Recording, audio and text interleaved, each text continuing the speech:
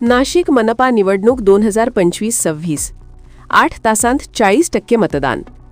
नाशिक महानगरपालिका सार्वत्रिक निवडणूक 2025-26 करिता आज सकाळी 7:30 वाजेपासून मतदान प्रक्रियेला सुरुवात झाली.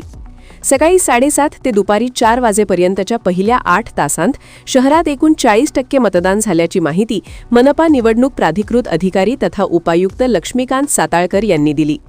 निवडणूक प्रक्रिया शांततेत पार पडावी यासाठी नाशिक शहरात कडेकोट पोलीस बंदोबस्त ठेवण्यात आला आहे.